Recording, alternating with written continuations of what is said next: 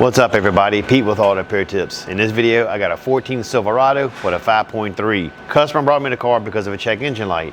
They had it at another shop and they ran it and said there was insufficient flow on the catalytic converters, bank 1 and bank 2. So here's what happened. That shop put a set of converters on it, used the old O2s, drove it away, no check engine light. After 10-15 miles and a couple of engine cycles, the light came on again. They brought it to another shop and that shop said you need to have all your O2s replaced. They put the O2s in there, programmed it, cleared the code. Again, 20-30 miles, couple engine cycles later, light came on. Goes back to that shop and the shop said, not only did it need O2s, but we got to put injectors in it. So they put injectors in it. Drove it away, again, 30 miles, couple of engine cycles, that light came back on. And that code they're getting is a P0420 and a P0430, I believe it is. So I guess at this point, I'm like the third shop to look at it, so we're not gonna throw a bunch of stuff at it. We're gonna kind of do some testing on it and try to see can we end this guy's check engine light without wasting his money at the same time. Now in talking to the guy, the next thing he was telling me is that he was involved in an accident some time back. Got the truck back, the battery was dead. They put the battery in, went to hook the cables up and hooked it up backwards, fried some of the wiring and the alternator. So now things are starting to click a little bit. It's very possible we don't have a converter problem, an O2 problem, or injector problem. We may have some kind of a wiring problem. Maybe the wiring going to the O2 has got some damage on it. Maybe there's a fuse with some damage on it. I wasn't even gonna make a video on it. Yesterday I was looking at it some, and then I got to thinking, you know, this probably make a good little video. So here we are today making a video. But let me show you what I did first before I actually talked to the customer and he told me about the wreck part. Check this out. So if you look right here, Silverado, what I did was I went in, let's enlarge this one here, and I reset the values on the O2 sensors. I took it for a test drive and a couple cycles later, I didn't get the 420 and the 430 code. I got a P2097 and a P2099 post catalytic trim system high bank 1 and bank 2. The post means it's the O2 after the converter. The pre one's going to be before the converter, post is after the converter. So what I did was I said, well, daggone it, let me hook up to the where are you at? Let me hook it up to the scanner up, and we went a little bit further. I was driving this vehicle, and as I was driving the vehicle on the interstate, this is what was going on. Now mind you, in the millivolts, anything over, I think it's 450, way above 450 is going to be a rich, way below 450 is going to be like a lean condition. So bank 1, sensor 1, look how it was switching. It was going up, down, up, down, up. I mean, it was switching a million times a second, but it was dropping out at 0. I mean, it was going all the way down to 0 and maxing out at 890. The bank 1 sensor 2, the one that's behind the cat, it just stayed. You know, when I first started, it was at 0, but then immediately went up to 850, and just that's kind of where it stayed at. A few little drop-offs here or there. And bank 2, sensor 1, same issue. A million times a second it was cutting off and going on. My only concern, it was going down to 0. Every time it dropped off, it went down to 0 almost. And this one was stuck at about 920. The max was 920, and it was staying at 570. I mean, that's well above the 450 mark.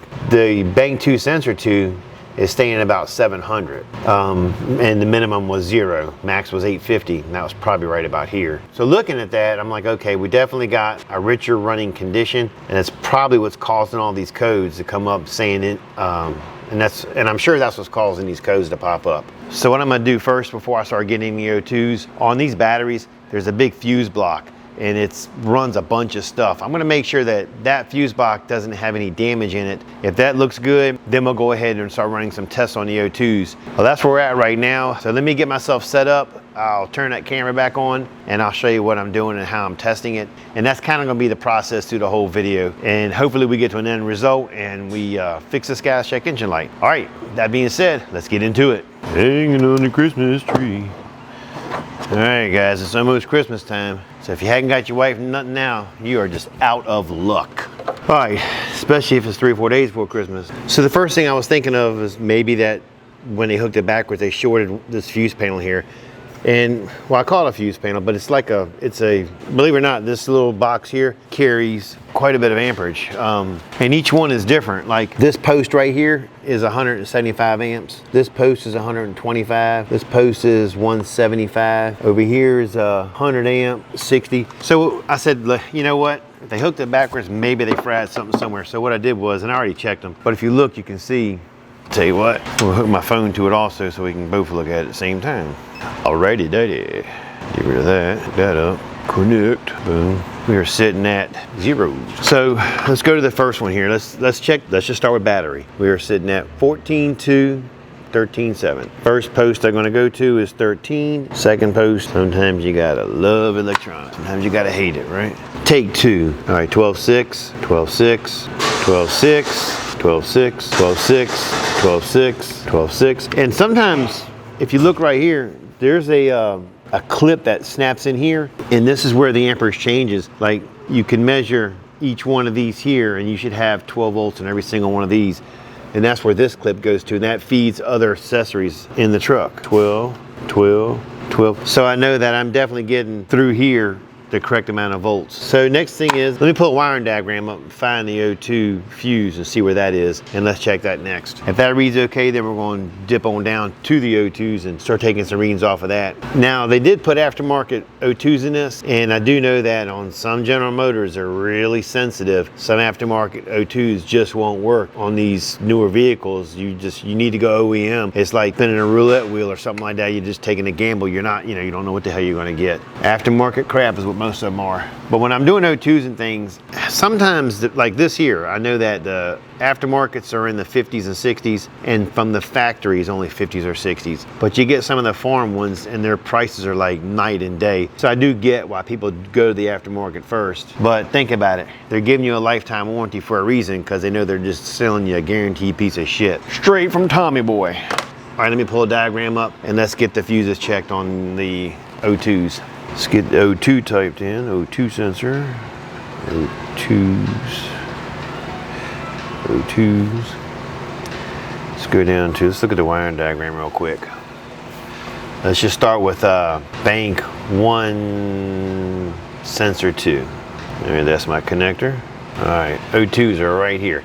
We're gonna start with bank 1, sensor 2, which is this one right here. So let's enlarge it. Let's give me a full screen here. Let's see, the white and yellow comes from the computer. That is the signal wire. That's a bank 1, sensor 2 low signal wire. 1 and 2 comes across, all the way across. 1 and 2 turn into 2 and 3. 2 and 3 turn into 5 and 7. Let's see, 5 and 7 come up to, it's a 15 amp fuse. One thing I'm gonna check on these too, because I've seen a lot in the past where not just O2 sensors, but fuel injectors, a fuse could be partially burnt and not getting the correct voltage down to the O2 sensor. But let's check that fuse first. It's gonna be 15 amp under the hood fuse block.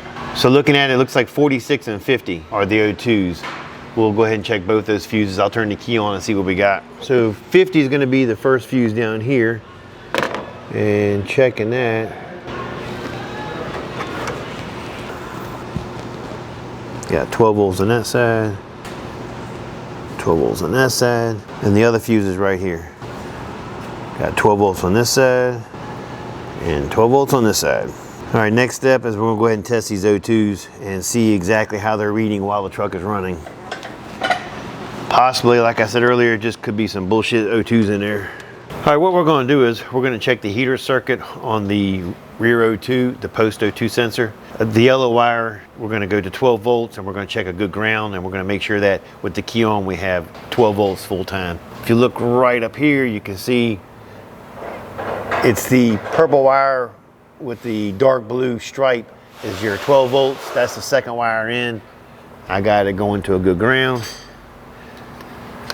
Let me go ahead and turn the key on. That thing should pop up to 12 volts. All right, I went ahead and started it to save me a second trip back up, but if you're looking at it right here, you're at 14.4. That's with the car running. With the key on, it's probably be about 12, but right now you got the alternator charging. So the next thing we're gonna check, key on engine running, and I've already had it running once because I was checking something else a little while ago. We're gonna go ahead and go over to the load control side, and the load control side is a tan wire.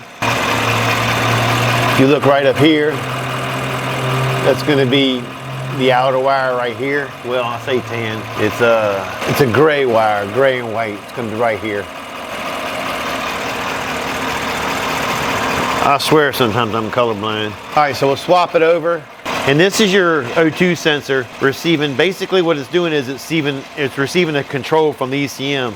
It's cutting it off and turning it on, cutting it off, turning it on. When you're looking at this, the low side should be somewhere between 0.05 and 0.1. So the easiest way to do that on my Snap-on one is I can look right here. I'm sitting at 0.66, so I am right there within specs. So doing a little bit of reading on these, everything I've read says that depending on what O2s you put in this, some of the aftermarket O2s, depending what part number it is, they just don't function good with these vehicles. I tried to get a part number off this O2, I couldn't do it. I called the guy up who put the O2s in. He don't have a ticket on it. He can't find what part number he bought. I'm thinking in this situation, because everything looks like it's working pretty good, we need to just go ahead and I'm going to do it on just this driver's side, put factory O2s in on the pre and the post. Then let me clear the codes, let's drive it, get a couple engine cycles on it, and let's see if the codes come back just on the right side or if they come back just on the left side. I called the dealer. So when I called the dealer, I got two part numbers from them. The 12659516 is your pre. That's the one that goes in front of the cat. And your post is a 12657188. That's the one that goes behind the cat. I'm gonna go ahead and get these put on. We're gonna go for a test drive, and I'm hoping that just the right side check engine light comes on, not right and left. We're gonna give it a shot, but to buy both of these from the dealer, it's under $100, and that's the direction we're going in right now. I'm going with maybe just some crappy O2s. So in comparing the two, I got the aftermarket sensor here and the one from the factory here. There's definitely a difference. If you're looking at the holes right here, and these are the holes that when vapors, your gases come through, it's gonna read it through there. If you look at the bottom, there's also a hole in the bottom here. If you look at this one here, there is no hole. Maybe that's the difference. Maybe that's what they're talking about. That's why sometimes they don't read correctly, because they're just built differently. All right, let me go ahead and get these installed. You don't need to see me do that. The next time you'll see me, we'll be driving this thing. I'll pull off a couple times, we'll get a couple key cycles in it, and we'll see if the check engine light comes back on. All right, I'm gonna try to film this kind of like while I'm driving. The bottom one is bank 1 sensor 1. I put that one in from the dealer, and bank 1 sensor 2, I put that one in from the dealer. If you look at it, they started off doing okay, and then they leveled off each one. Now I'm giving it the gas and we're moving.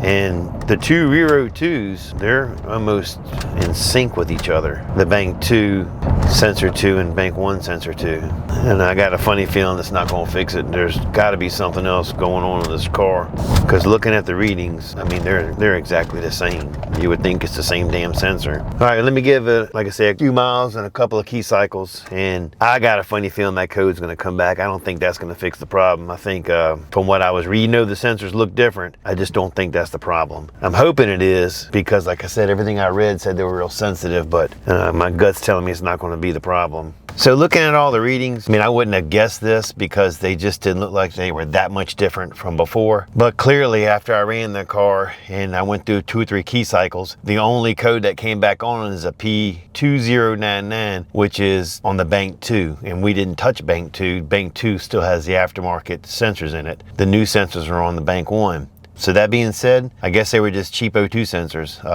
because that's our problem, O2 sensors. That is definitely one thing to keep in mind before you go replace like O2 sensors or coolant temp sensors or things like that. Check the price of the dealer. You're going to get a better quality part, and most of the time it's going to be almost the exact same price. It's not worth it. You got to think about it. This guy put O2 sensors on this, catalytic converters on this, and probably the only thing he had wrong to begin with was O2 sensors. But he put the generic ones in there and he kept getting the same readings on the catalytic converter, because that is one of the symptoms that pop up, replace the catalytic converter. So it's just another lesson learned, right? Always check your dealer first, go with the better quality part, do a little reading, because that little bit of difference in design on that O2 sensor made all the difference in the world, evidently. So you know what that means? This job is done. I appreciate you watching. Don't forget to like, subscribe, and leave a comment. Catch you later.